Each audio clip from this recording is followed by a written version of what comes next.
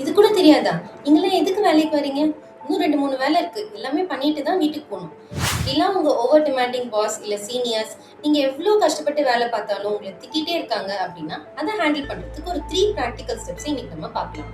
வணக்கம். உடல்நலம் போல் மனநலம். நான் doctor Nivetha, psychiatrist. Number 1 assertiveness.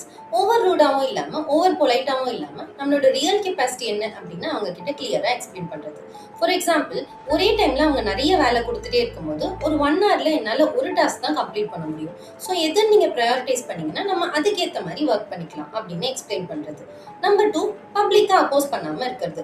ஒரு பப்ளிக் ஃபோரம் இல்ல மீட்டிங்ல அவங்க நீங்க தப்பு பண்ணிருக்கீங்க அப்படின்னு சொல்லும்போது நம்ம அவங்க கிட்ட டைரக்டா ஃபைட் பண்ற மாதிரி போகாம பிரைவேட்டா போயிட்டு நம்ம இந்த மிஸ் அண்டர்ஸ்டாண்டிங்கை கிளாரிஃபை பண்ணிக்கலாம் அப்படின்னு சொல்லும்போது நீங்க அந்த கான்வர்சேஷனை பப்ளிக்ல இருந்து பிரைவேட்டா மாத்துறீங்க. ஸோ உங்களோட பாஸோட ஈகோவும் த்ரெட் ஆகாது, உங்களுக்கும் மைண்ட் ஸ்ட்ரெஸ் ஆகாம இருக்கும். Number 3 micro boundary. ரொம்ப ஃபைட் பண்ற மாதிரி இல்லாம பொலைட்டா லிமிட்டை செட் பண்றது.